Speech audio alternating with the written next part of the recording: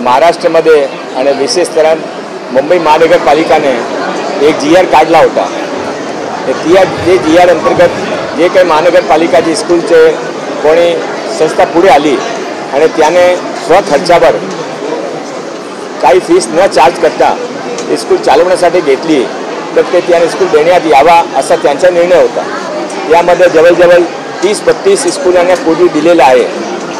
त्यास इथे पण प्रयास स्कूलने अतिशय चांगला काम केला। पूर्वी ते 60% रिझल्ट होता, 85% आला। आपण विद्यार्थ्यांना मिड डे मील देतो, सर्व ॲक्टिव्हिटी करून घेता आणि ते सर्व चांगले टीचरची पगार पण ते सर्व व्यवस्था ते हा प्रयास फाउंडेशन करत आहे।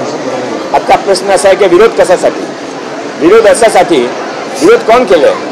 ज्याने विरोध सुरू केला आहे त्यांचे स्वतःचे मुलगी इंटरनॅशनल स्कूलमध्ये पडता त्याने मलाडचा काय करून टाकला? मलाडमध्ये जितकी सरकारी जमीन होती, सर्वात जास्त ओपन जैन सरकारी जमीन मलाडमध्ये होती, मालवणीमध्ये होती। सर्वांमध्ये एन्क्रोचमेंट करून दिला। ते इथले आमदार होते, त्याने आमदारमधून इथे काय विकास केला त्याने सांगावा। हा जे राजनीती आहे, हा तुच्छ राजनीतीचे मी निषेध करतो। मी सहपालकमंत्री नात्याने मी 10 दिवसापूर्वी इथे DPDC फंडातून 1 करोड रुपयाचा फंड दिला होता। ते फंडाच्या पत्र देण्यासाठी आजचा कार्यक्रम होता। मी ते पत्र घेऊन आलो कॉपी। ते फंडातून इथे सायन्स लॅब उभी राहील, रोबोटिक्स लॅब उभी राहील, कम्प्युटर लॅब उभी राहील, खेळण्याचा सामान आम्ही करून देऊ, जिम्नेजियमचा सामान देऊ। जे काही सर्व मुला-मुलींना हवा आहे ते इथे होणार आहे। त्यांचे विरोध करणं अतिशय चुकीचं आहे।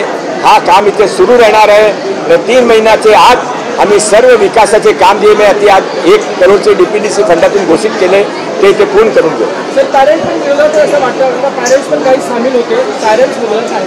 असं आहे की त्याने काय पॅरेंट्सने सांगितलं मला माहीत नाही, पण तुम्ही इथे बघू शकता हॉलमध्ये उभा राहायला जगह नाही आहे। पूर्ण हॉल बनलेला आहे आणि 2 तासात ते कार्यक्रम चाललेला आहे। विरोध करू शकता की याने भूलचूक दिशाभूल केली असेल तर त्यामध्ये काही आलं असेल तर माझं असं मत आहे की विरोधाचं काही कारण नाही। सर, पालकांचं असं म्हणणं आहे की खाजगीकरण केल्यानंतर शाळेची फी वाढेल आणि हा सगळा मध्यमवर्गीय एरिया आहे, पुढे त्यांच्या भविष्याचं काय? 1 रुपया फीस वाढणार नाही। फीस वाढण्याचं छोडो, 0 फीस आहे। 1 रुपया फीस घेणार नाही। ते जे काही चुकीचा प्रचार करताय त्याने नाम मला द्यावा, मी त्यांच्या खिलाफ शिकायत करतो।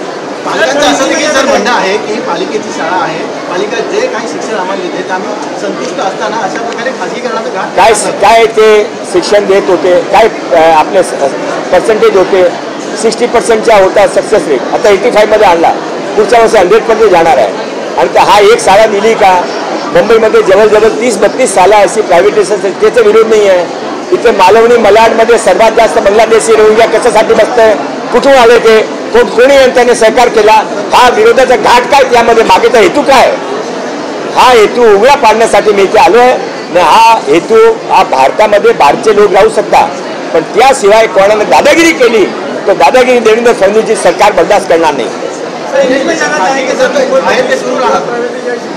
जो काही निर्णय शासनाने घेतले तेव्हा सरकार ठाम आहे। ठाममध्ये काय सुरू आहे ना? 32 स्कूलामध्ये सुरू आहे, 1 मध्ये कॅन्सल केलं, 32 स्कूल आपण निकामी करावी लागेल। हा एक अशी दादागिरी आपण सहन करणार का?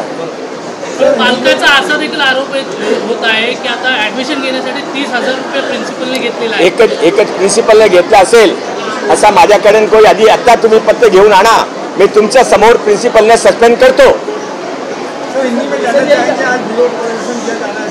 सर, सवाल ये है क्या वो वजह है कि प्रयास फाउंडेशन को हम ये संस्था चलाने को दे रहे हैं? वो कहते हैं कि 100 करोड़ रुपये तो हमने प्रयास से लेकर आए, आप निजीकरण कर रहे हैं। जो कह रहे हैं उनको सामने लाया जाए। 100 करोड़ रुपया कहाँ से आया, कहाँ गया, कहाँ पड़ा हुआ है? आपको दिख रहा है कि कितने अच्छे तरीके से यहाँ पर स्कूल को चलाने का प्रयास कर रहा है। कोई भी हिम्मत कर रहा है, कोई कोशिश कर रहा है। और ये महानगर का की पॉलिसी आज की नहीं, पहले की पॉलिसी है। 32 स्कूलों में ऑलरेडी इस तरह से पूरे मुंबई के अंदर दी गई है, वहाँ विरोध नहीं। मलाड मालवनी के अंदर विरोध, मलाड मालवनी के अंदर विरोध क्यों? जैसे सरकारी जमीनें दबा के रखी वैसे ही महानगर पालिका की स्कूलें भी दबा के रखना, ऐसा कुछ लोगों का मानना है। वो सच है कि नहीं सच है ये इस बात से पता पड़ेगा कि आज जो विकास के कामों की हमने यहाँ शुरुआत की है उसके बाद भी क्या यहाँ पर वो यहाँ विरोध करते रहेंगे, तो समझा जाएगा कि वो यहाँ पर सब कुछ अपना निजीकरण करना चाहते हैं। स्कूलों का निजीकरण नहीं हो रहा है, राजनीति का निजीकरण हो रहा है। लेकिन सर प्रयास फाउंडेशन को देने को लेकर कह रहे हैं कि किया जा रहा है, और जो 32 स्कूलें दी गई उसके खिलाफ में क्यों नहीं जाके पता लगाया जा रहा है किसको दिया रहा है, क्या गलत है यहाँ पर। धन्यवाद। प्रयास फाउंडेशन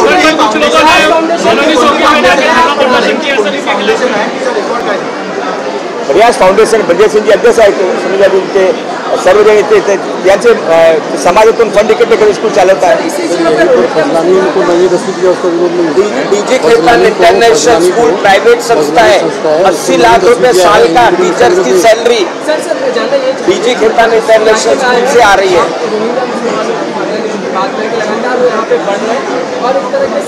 यहाँ के आमदार से जाके पूछिए, स्कूल का विरोध करने के बजाय रोहिंग्या बांग्लादेशियों को यहाँ लाने का कोशिश को रुकवाएं।